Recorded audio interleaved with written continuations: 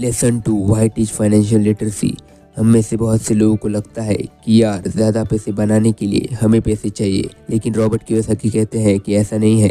ज़्यादा पैसे कमाने के लिए फाइनेंशियल नॉलेज की ज़्यादा ज़रूरत है। इसलिए पहले हमें ये समझना है कि गरीब आदमी, एक मिडिल क्लास आदमी और एक अमीर आदमी पैसे कैसे खर्च करता है।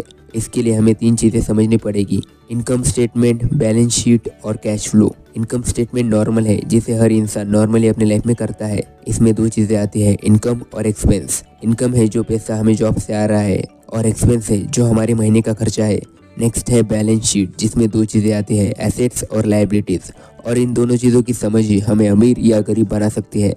एसेट्स वो चीज़ें हैं जो हमें पैसा कमा कर देती है बिना हमारे काम किए हुए या बहुत कम काम किए हुए। फॉर एग्जाम्पल रेंटल इनकम, कोई फ्रेंचाइजी बिजनेस या दुकान जिसमें हमें एक्टिवली काम नहीं करना पड़ रहा है, एक्सेट्रा। लायबिलिटी वो चीज़ें हैं जिन्हें खरीदने के बाद भी जेब से हमारे पैसे जाते रहते हैं, जैसे कि पर्सनल यूज़ की कार में हमें हर साल सर्विसिंग के पैसे देने पड़ते हैं। अपने लिए घर लेने पर उसकी मेंटेनेंस करवाती रहनी पड़ती है, इसलिए हमारी जेब से पैसे जाते रहते हैं।